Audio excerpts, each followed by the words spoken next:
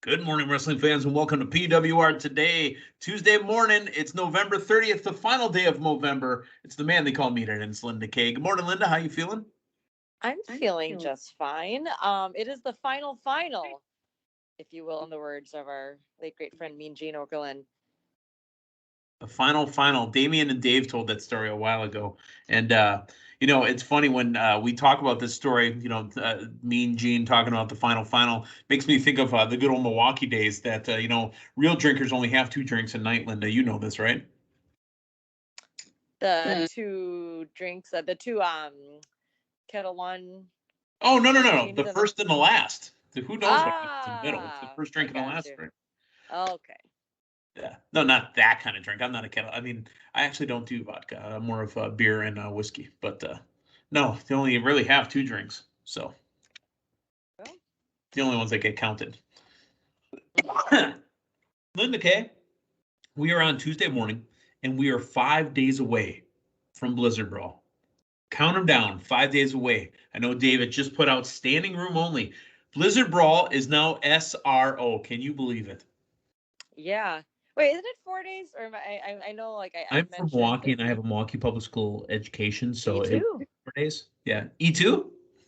E2, yes. But yes, SRO. Wednesday, Thursday, Friday, Saturday. It's Tuesday morning, so today counts as a day. Okay, I see. All right, we're in a hot flying start this Tuesday morning. But yes, speaking of hot, we are talking about Blizzard Brawl, as you just said. Standing room only, seat tickets available. Come on, everyone. This is like the very final, chance for you to get your butt into the arena at the Waukesha County Expo Center this Saturday night. Blizzard Brawl. Honestly, Linda, I can't recall a time that I've sat at Blizzard Brawl. To be completely upfront and honest, I don't remember sitting. I don't know if a Blizzard Brawl, other than a pre-assigned working seat, have I ever had a seat at the show. Have you ever sat at the show?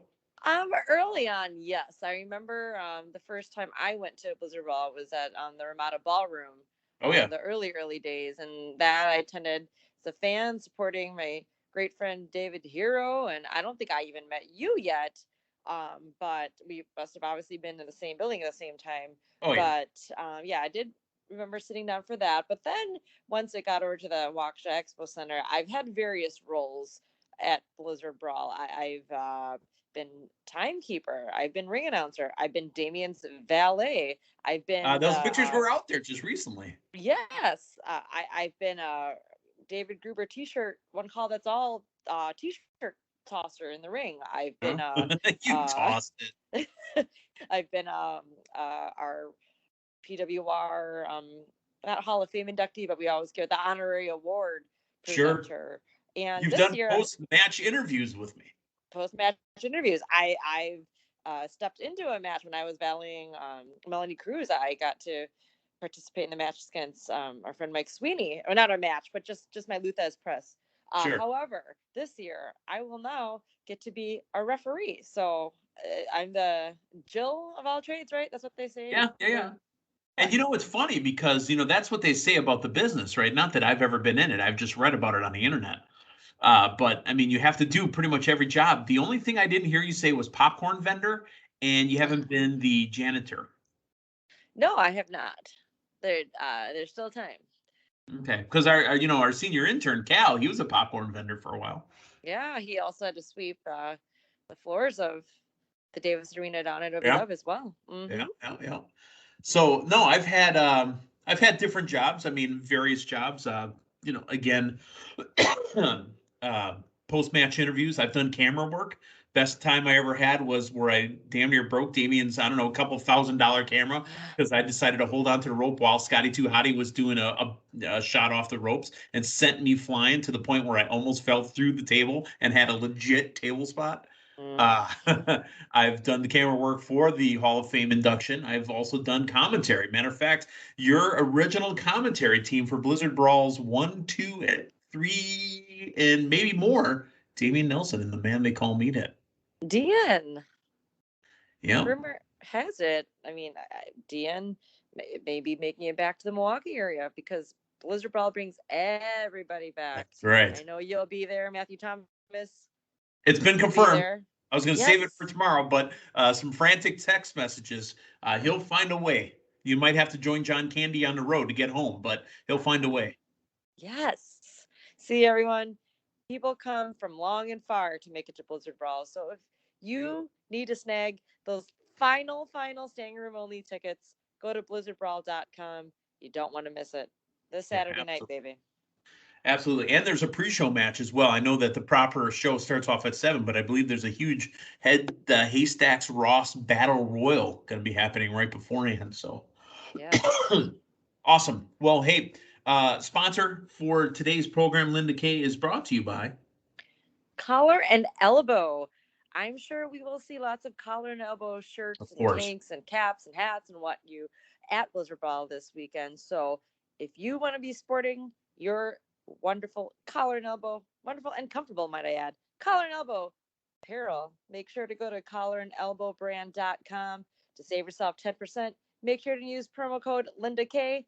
That's LINDAKAY to save yourself some cash. Because, you know, if you can save the extra cash, there's going to be a ton of stars at Blizzard Brawl, you know, for you to get that opportunity. Ingredients, pictures, autographs, and then concessions. I know there might be some popcorn around too. We'll have to figure that out. So exactly. All right. 2 bits of news I want to talk about. First off, Nia Jax, update on her pro wrestling future. She's changed her Twitter name to her actual name. And to be completely honest, the way I read this and the way I thought it was going to come off is I don't know if we're ever going to see Nia Jax work again. And if she does, I think it's going to be time away from the ring, 5-10 years maybe. She's just right now just sour on the business and wants to go do her own thing. Yeah, I mean, she has the right to do or say, you know, what she feels, what she thinks, and I think we mentioned this before when she first got released. We know that she does have other projects going on outside of the wrestling business, so this will give her an opportunity to do that. But we also figured maybe she would be back, you know, in WWE sometime soon. But who knows? I mean, once you say something, it is out there. But you know, crazy things happen. Maybe that will get, you know, looked over and she can wind up back in WWE very shortly, maybe back or maybe in another promotion. I know it sounds like she may not, but hey, crazy things can happen. It is pro wrestling. Yeah. So, I mean, all the best to her. You know, she's a beautiful woman that can go back into modeling. Honestly, I thought she was doing Victoria's Secret stuff for a while. Like she was one of the models for that. So, you know, I'm more than happy to see her stay, more than happy to see her go. I mean, whatever works out. So that's all that we really care. Yeah. Let's talk about Rhea Ripley and Nikki A.S.H. They dropped the tag team titles last week. I literally thought that Nikki A.S.H. was going to get dropped after that. Well, we saw her on Raw last night in a 10-woman tag. Man, I'm worried about the career prospects of Nikki because it's just she was there, but I think she was there because they needed 10 women. I mean, they did. It sucks. I mean, they did have a couple of mentions of how Rhea and Nikki lost the titles a week prior. So there was some mention there, but I mean, I think if Nikki A.S.H. remains on WWE programming, that it is best to just part her and Rhea Ripley so they can each do their singles run, which I thought was both great, doing their own thing. And if we're gonna have Nikki A.S.H. rise again and fly up as that superhero she is, that'd be their way to go. All right, let's talk Raw from last night. There's a little bit of news coming out of Raw at the UBS Arena in Belmont Park in Elmont, New York. Long Island is really where it was, as you heard. Becky Lynch referred to it, you know, a little bit down the road. You heard Edge refer to it as well. This is the WWE's debut at the new venue, and it's a brand new building. Corey Graves, I didn't catch mention of it, but did you see that rockin' mustache? Absolutely. I honestly, I think he's seen video of me because that looked like what I look like right now. Even that flashy suit he had on as well. No, I probably when I was watching it, I might have had my Festus Face shirt on. So, Oh, so no. picture Corey Graves wearing a picture of Festus on his face or on his shirt. Yeah. All right. So Corey Graves, we appreciate the Movember love. Right to the ring, and here comes Seth frickin' Rollins. I understand why, but I was a little disappointed. I wanted to see him run down stupid fans that run into the ring after him. I thought we might get something. Maybe they play off of it a little bit, but they did the right thing and just ignored it. Right. I mean, I guess if they would have made a mockery of it, that would feed into it. It would also make That would incite more to do. rumor that, and then more rumors would fly about, oh, that was all staged. Right. Just don't want that kind of negativity going on. But I he understand. did. I was going to say he did his opening comments kind of reference to it to some extent. If you know, you know. If you don't, you don't. Right. He came in saying like, you expect Something me like you to figure I'd be in a bad mood. Yeah. Yeah. And then he was saying who can't take him down. You know, there were the hints there. Like, okay. It wasn't mentioned. It was referenced, but only if you knew. So I think that was well done. And You'd almost think that he was related to Scott Steiner and Rick Steiner with how they were referring to stuff but not actually mentioning it. I see where you're going with that. Yeah, you see, huh? Well, Finn Balor and Seth Rollins had that issue last week, and this time Seth Rollins had to fend off the attack from Finn Balor, which led to a match. Finn Balor, Seth Rollins. Seth Rollins walks away with the victory. Now, after the match, he stands tall. You know what I was looking for? Would Seth Rollins be a little gun shy going up the ramp? And no, played it like a pro. Never acknowledged that side of the stage because no one would have blamed him if he did. Right. I did think about that when he was heading up the stage as well. I mean, just by chance, is played it there like a pro. security there? Yeah. That's good. So the next segment we have is Becky Lynch and Liv Morgan for a contract signing. Now, Seth Rollins, Becky Lynch, married, going to the same designer for jackets. I honestly think that they swap out jackets and we're just not paying attention because there is no way that you can't tell me they can't interchange those two jackets and the both of them fit into those jackets. And they look good. I think I don't know if they, because obviously the guys, I don't know what the women do, but the guys obviously pour water over themselves to get the wet hair. So would Becky want to put on a jacket that's got like Seth Rollins' wet hair stink to it? Oh, I thought you were going to say she going to let her hair come down as well. Yeah, you never know. She might do that too, but no, that's not her. That's a Shayna Baszler type move. Oh, yeah. The contract signing. Becky Lynch has been in a ton of them. You know who stepped up? And maybe she did it. Maybe she was helped with it. Liv Morgan looked good. She looked real good. That was a brand new presentation of Liv Morgan, and I liked it. Yeah, we've got a lot of different versions of Liv. I don't say versions, but reincarnations again of Liv over the past couple of years. And I've always liked her. I liked her in NXT, and seeing her rise up on the main roster, it's been a great journey, but just never quite got over that hump where she would be in the championship picture, and she's finally getting it.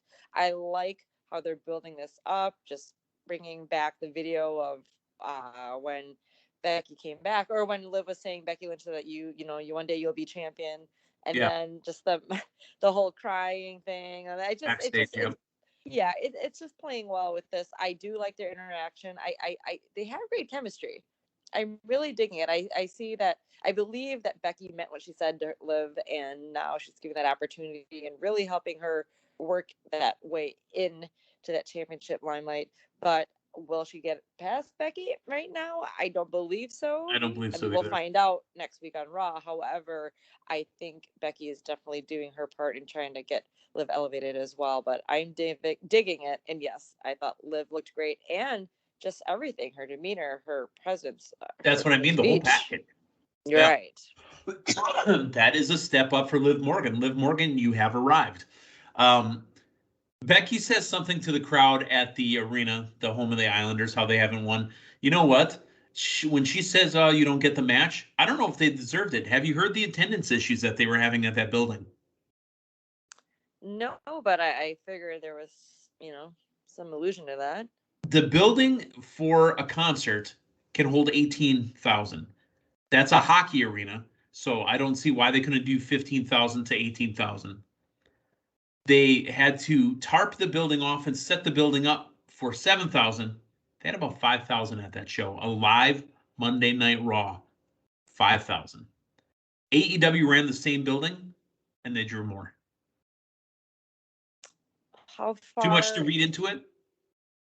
I was just gonna say, how far is Brooklyn to Long Island? Because they were just at That would Barclays make last sense if it week. were Milwaukee to Madison, but we're talking New York metro area, which holds 10 to 15 million people. Right. I know what you were saying, but that's what I'm saying. There's enough people. They can run shows there. They run 2 professional sports teams in every sport in New York area. Maybe most of the people on Long Island were still having a major case of the Mondays. I mean, it was the Monday after Thanksgiving, you know. I understand. I'm just saying, business not looking good for WWE. That's all I'm saying. Tag team title match: RK Bro taking on the Dirty Dogs, Big Bob and Dolph Ziggler. And you know what? Randy Orton was one more second away from pounding the crap out of Matt Riddle. Oh yeah. You have till the count of 2 to get that off my head. 1. It was just He gave 1 him second. room. Right. No, that was tremendous. I was not expecting a long blonde wig to be put on Randy Orton last night, but it happened.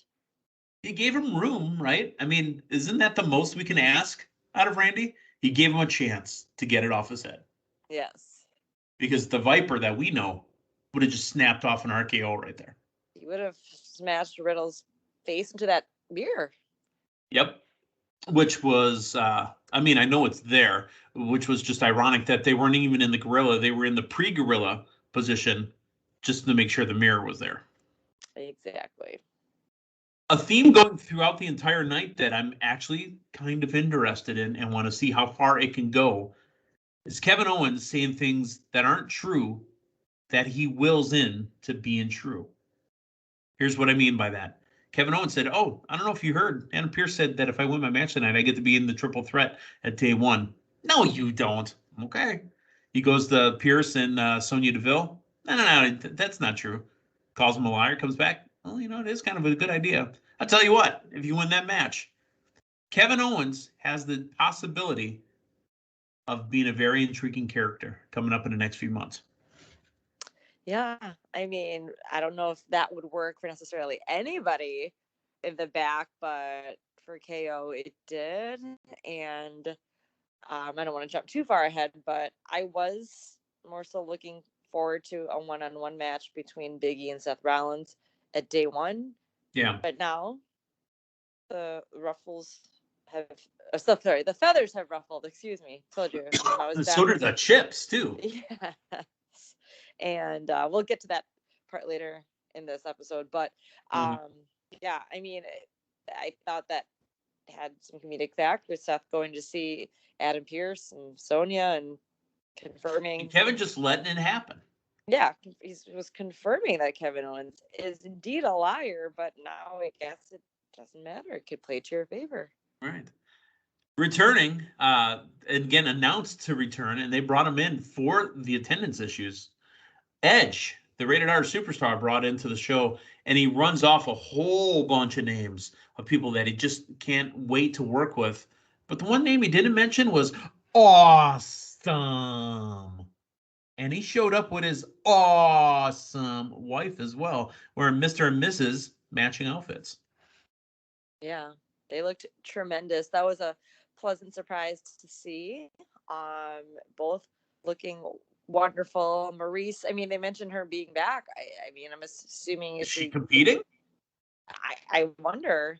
They're sure making it sound like it. She was in some gear that would work. That looks like her previous gear, and having Yeah. Ms. and Mrs.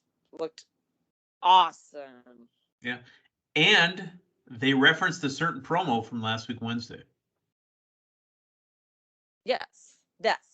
And that was another thing. I wasn't even thinking about this promo, this interaction between Edge and Miz being somewhat similar to Punk and MJF. I mean, in the whole thing about naming off people that he wants to face since coming back, and then the other person went out and saying, you didn't mention me. I still didn't even think about how much that gelled and how much that connected to what we got last week on Dynamite. But after Edge mentioning, heck, your name, they're even mentioning your name at other companies to get a cheap pop. Right. So yeah, and at the end, Miz going no, and then leaving. Mm-hmm. Yep. So, I mean, wrestling business is fun when you can do stuff like that. There doesn't need to be mudslung. It can be fun with tiny little shots like that. And I appreciated and enjoyed every little second of it. Well, I will say what I did like though was Edge naming off the accolades for the Miz, and again, this could be a new audience that does not know the backstory of Miz and his rise to the top. So I did like that. And then he there needs the Miz career retrospective needs to be out there. They've done little videos and little specials, whatever. We need to really talk someday. The Miz is a Hall of Famer. And the Miz, nobody's worked harder than the Miz to get what he has because he's not supposed to be here. The Miz was the guy that came from MTV reality TV that said, I'm going to be a wrestler. I'm going to be a wrestler. That nobody wanted, that had to dress in the hallway, that, literally was yelling hoorah in the audience, that was in the doghouse so much that they made him double tag team champion and I think it was US or Intercontinental. So that dude had to check 3 belts at the airport every time. That was a rib that went on for months. This is a guy, I mean, think about it, Linda, you travel. So if you're given more hardware to carry around, it's more of a punishment than it is a benefit. Right. This is a guy that has succeeded when he shouldn't have. Yeah, he was given many roles and did the most with it. And, he could have still rode that whole reality star train because, I mean, especially at that time, Real World was hot and, he was doing Real World, Road Rules, all that good stuff. Yeah. But then I remember reading about how he was going to the Indies, working in Georgia, working at OVW and making his way up. And that was, I keep saying, dare I say awesome, but awesome to find out just because, I watched the Real World when he was on and I remember him being the Miz and talking about the wrestling. I thought, okay, that's cool. I knew he was a big fan, but to actually go for it and not only go for it, not only get successful, a Hall of Fame career. His first ballot. The Miz is a first ballot talent. Indeed. All throughout the night, and we're going to talk about it here, Vince McMahon was on TV. Yeah. And he's in a room with Austin Theory. This was weird. I know Austin Theory was there. Here's the irony that we didn't talk about yesterday. Remember how Sami Zayn was supposed to get the title shot for bringing him the guy that stole his egg? Sami Zayn got the title shot, just on a different TV show. Right. I didn't even put 2 and 2 together with that until they showed the package on that. Right. I'm like, wait, he did get a title shot. He's going to face Roman Reigns. But Austin Theory, Vince was talking about you got to expect things when you don't expect them. So then it was convoluted. I suppose it was just a way to push Austin Theory in a unique way, but I don't know if it was, I mean, what we're going to get out of these. Are they going to continue? Is there going to be a new corporation? I don't know. It's just I don't know. odd. I thought it was going to end with the egg, but the egg was found. So yeah, I'm going to show you my other eggs. Let's talk about Apollo Crews and Damian Priest. Damian Priest again with that snap, and he hits the South of Heaven from the apron back into the ring, followed up with the Reckoning for the pin to retain on Apollo Crews. Yeah, hard fought match, but this new Damian Priest character, it just keeps getting stronger and stronger. So we're gonna, I'm assuming, see more and more of it as we did in last night's match, where all of a sudden, rising from the ground, you see that evilish, demonic, that's almost cool, Damian and Priest. I like it. But please don't make it predictable every single match. It's like waiting for the bell to ring so Festus flips. Yeah. Well, I mean, I guess it's just going to be a waiting game of how many people, this will work on, and then somebody's Right. going to be able to stop it. So we'll get there. Or does he get left in that state? Who knows? That could be it as well. 10-woman tag match. Liv Morgan, Rhea Ripley, Nikki A.S.H, 24/7 champion Dana Brooke against Queen Zelina and Carmella and the WWE. They were the WWE Women's Champions. Tamina, nobody meaner than Tamina. Mountain Dew Drop and Raw champion Becky Lynch. This was a long match. And I mean, you had to know that the person who would get the pinfall victory and come out of the match strong had to be Liv Morgan. I mean, Linda, I hope you knew that the second this match started. Liv Morgan will be the one on top at the end. Right. I mean, especially finding out before this 10-woman tag match was even made that Liv was going to get that match for the title next week on Raw. You got to go into next week with the challenger going in strong. And this was a great way to showcase it. I wasn't expecting, I mean, I know it's not Survivor Series rules, but very reminiscent of a Survivor Series match, another one put together. But I'm quickly meeting the teams, but I think it worked out great. We don't get too many 5-women tag matches on Monday Night Raw. There wasn't necessarily a stipulation to this match, but it was something we needed, and it was something to highlight Liv Morgan even more, make her look even stronger going to next week. But I think the match was well done. Great chemistry between the members in both teams. I liked how they were tagging all 5 in at one time because both teams got to do it. That is. Yeah. So I liked that. That was something different. Guess what was missing, though? And they even referenced to it and then left us with nothing. The 24/7 champion, Dana Brooke, didn't get attacked and nobody went after her for the belt. Maybe they're still very shocked that she got over on. I understand. There were 9 other women out there. I'm just thinking of the guys. Right. You don't have to. There was 9 other women there. Becky Two Belts could have been back in business. That is true. Maybe one thing we don't know is that while the 24/7 champion is in any match, those rules are, null and void. I call shenanigans on that damn belt and its rules. Yeah, I mean, Queen Zelina and Carmella, they could have went after that as well to be a. Corey Graves could have pinned her again, and then Byron could have pinned Corey and been 2-0 on Corey. Yeah. I mean, don't ask me to write stuff for you guys. I mean, it's not that I can't come up with stuff. So, okay. Now confirmed backstage, Big E is aware that it's a triple threat match if Kevin Owens can win. Linda, did you take any time to read over Big E's tights this time?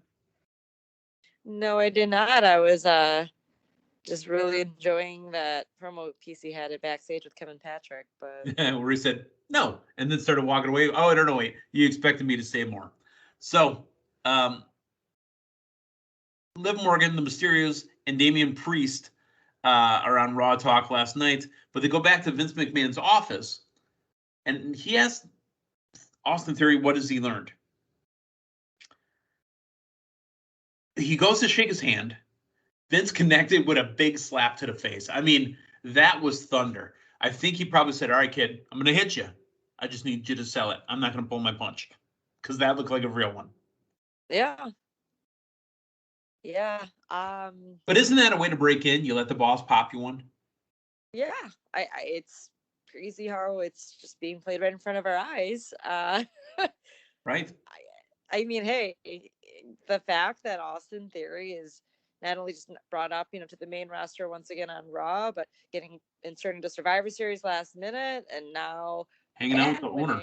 Yeah, and it was Vince himself that you're gonna watch Raw with me the entire time, while he still got slapped in the face. I mean, hey, this is something good for Austin Theory, and I now I'm more invested. I guess it's working. Like, what this is going to lead to next? Is there going to be a new alliance with Vince and Austin, or is this just a way to push Austin even further? Will there be another egg? I don't know. Hopefully I don't have to show any more of my eggs. I've already shown my grapefruits. I'm not giving out my eggs. Sure. The winner of the match by disqualification is Kevin Owens, because Kevin Owens made it happen. He went out, he attacked Seth. He knew Seth would come after him in the ring, causing the DQ, causing his own demise. I don't know how far it's going to go, but I like Kevin Owens letting things happen around him that he already says is going to happen. Yeah, I was pretty shocked that Seth Rollins fell right into that plan and into the bait, and there he is. He's now meeting Kevin Owens now in the championship match at day one. I mean, very clever moves from Kevin Owens there. I'm just shocked at Seth Rollins actually falling for that, not being able to Amazing stuff. control himself. Yes. Amazing stuff. Raw was entertaining to me last night. Folks, you normally come in, and I'm sorry that it is this way, but a lot of times, Linda, and I know you could say the same for me, that a lot of times I'm not really entertained by Raw. I was entertained last night. Some of the stuff wasn't the best, but, comparatively speaking, Raw was okay. I enjoyed it as a show. Yeah, I did too. There were some new things on there that I truly enjoyed or made me laugh, and that's all I care about. Just entertaining. That's all that matters.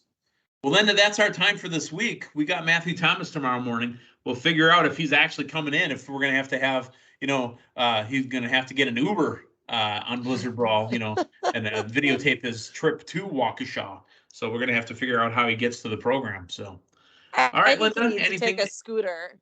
Yeah, you might have to take a scooter, ride the Viper. Mm-hmm. Linda, any parting words before we send you off to Blizzard Brawl this Saturday?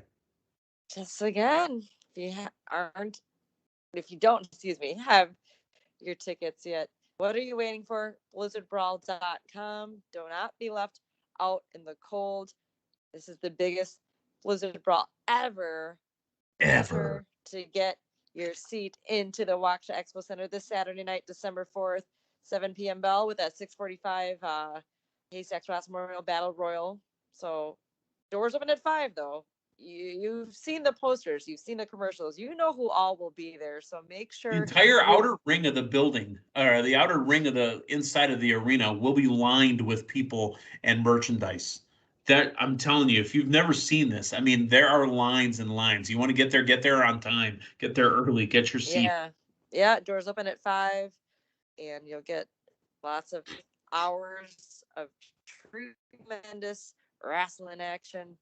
The best show of the year in the area, best and biggest.